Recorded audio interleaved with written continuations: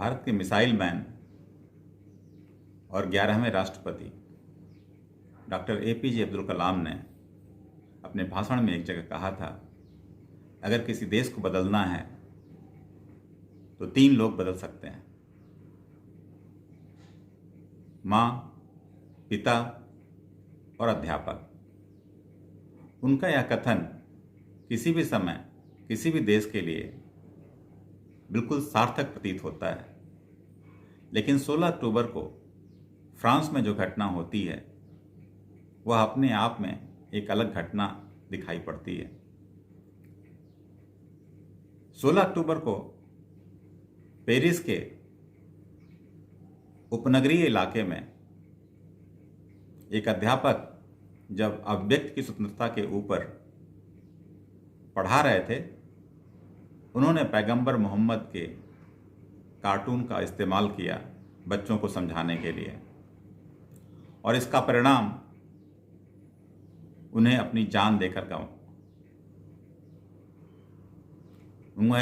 देनी पड़ी। इसके आगे एक और घटना होती है। 29 अक्टूबर को नीस शहर में एक चर्च में 2-3 युवक चाकू लेकर के आते हैं, 3 लोगों की हत्या कर देते हैं, जिसमें महिला का गला काट दिया जाता है, और एक युवक अल्लाहू अकबर के नारे लगाते हुए आते हैं।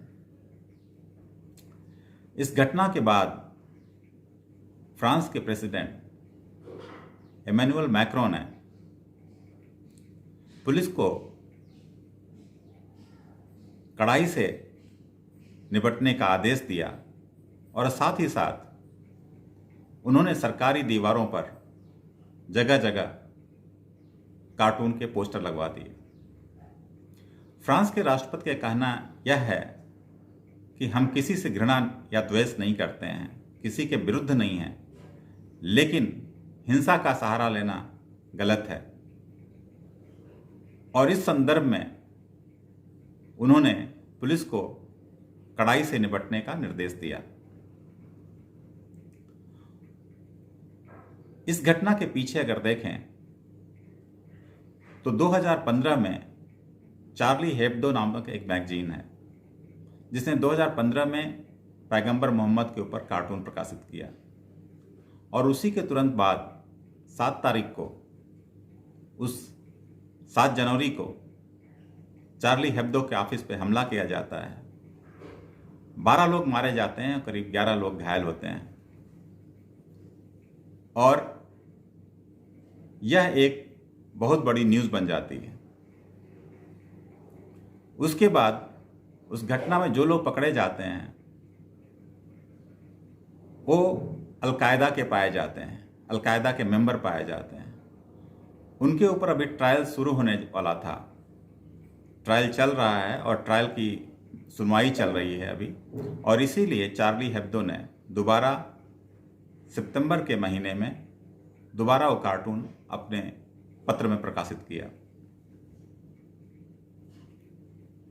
तो यह घटनाक्रम एक तरफ से फ्रांस में इस तरह घटनाएं हुई जहां फ्रांस सरकार कड़ाई से निपटने का आदेश दे रही है, दूसरी तरफ विभिन्न देश समर्थन और विरोध में आ गए हैं। भारत ने फ्रांस का समर्थन किया है क्योंकि भारत भी आतंकवाद से जूझ रहा है, और इस संदर्भ में पाकिस्तान और टर्की के प्रेसिडेंट एर्डोगन जी और पाकिस्तान के प्राइम मिनिस्टर इमरान खान जी ने स्ट्रांग ऑब्जेक्शन लिया है, और उन्होंने बोला कि फ्रांस इस्लामोफोबिया फैला रहा है, इस्लाम के बारे में गलत प्रचार कर रहा है, पैगंबर मोहम्मद को गलत तरीके से रिप्रेजेंट कर रहा है।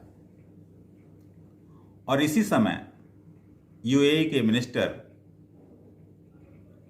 अनवर कंगेस ने फ्रांस का समर्थन करते हुए कहा है कि जो भी मुस्लिम समुदाय के लोग हैं जिस देश में रहते हैं उनके साथ बेहतर इंटीग्रेट होना चाहिए, उनके साथ बेहतर तालमेल रखनी चाहिए, और ऐसा कहते हुए उन्होंने फ्रांस का समर्थन किया है। यह तो घटना हो गई समर्थन और विरोध की। भारत में इसके विरोध में कुछ जगहों पर कुछ लोगों ने व्यक्तिगत टिप्पणी की, कुछ लोगों ने सामूहिक तरीके से इसका विरोध किया। जैसा कि भोपाल में देखने में आया, भोपाल में आरिफ मसूद जो कांग्रेस के नेता हैं, उनके अगुवाई में एक रैली आयोजित की गई एक बाल मैदान में, जहां फ्रांस के एक्शन को गलत ठहराया गया।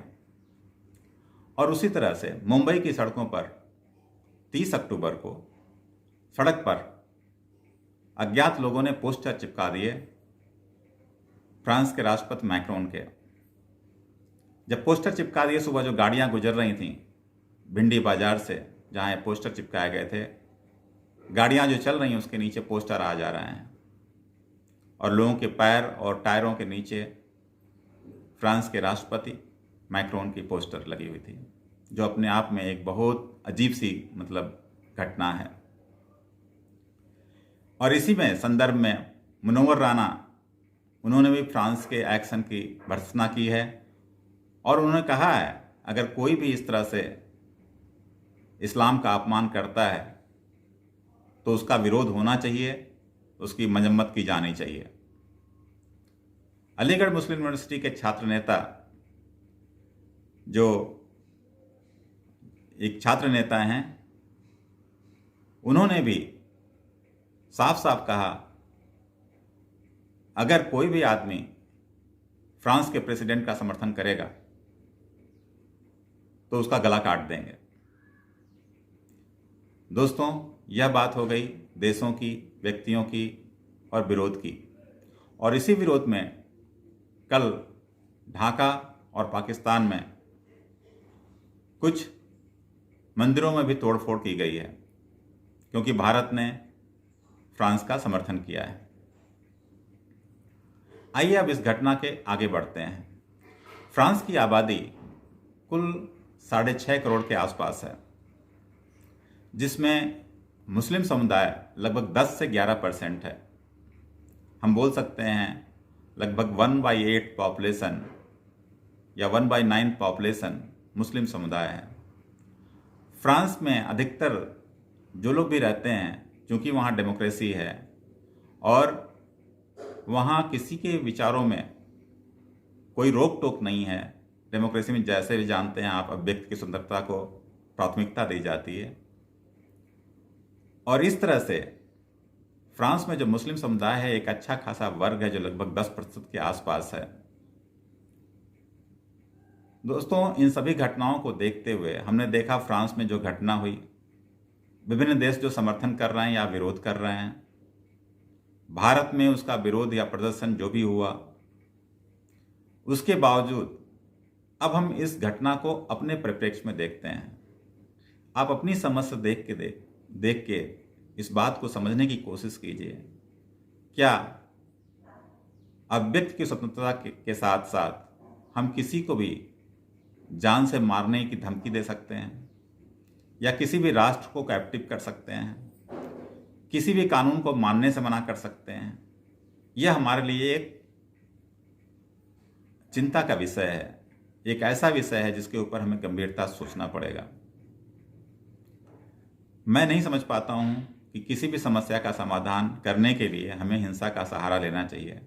और तरीके हो सकते हैं और रास्ते हो सकते हैं। अगर किसी को बुरा लगता है तो उसके जो राष्ट्र हैं उनके कानून के अंतर्गत हमें उनसे बातचीत करनी चाहिए या जो भी तरीका हो एडॉप्ट करना चाहिए। मेरी समझ में तो यही आता है। और यह सबसे बड़ा चैलेंज अपने आप में मुस्लिम समुदाय के लिए खुद हो गया है। हो सकता है कुछ लोग इस तरह की बातों को बढ़ावा देते हों, कुछ लोग बिल्कुल इस तरह की बातों को मानते हों, मार काट में विश्वास रखते हों, लेकिन इससे पूरा मुस्लिम समुदाय अलग थलग पड़ता चला जा रहा है, जो कि अपने आप में एक शांति प्रिय मुस्लिम समुदाय के लिए बहुत बड़ी चुनौती है। मैं अनुरोध करता हूं, आग्रह करता हूं कि मुस्लिम समुदाय के जो बड़े लीडरान हैं वो सामने आएंगे और इन सब चीज़ों को सही पर्सपेक्टिव में देखते हुए अपने समुदाय को सही तरीके से मार्गदर्शन करेंगे। धन्यवाद। जय हिंद।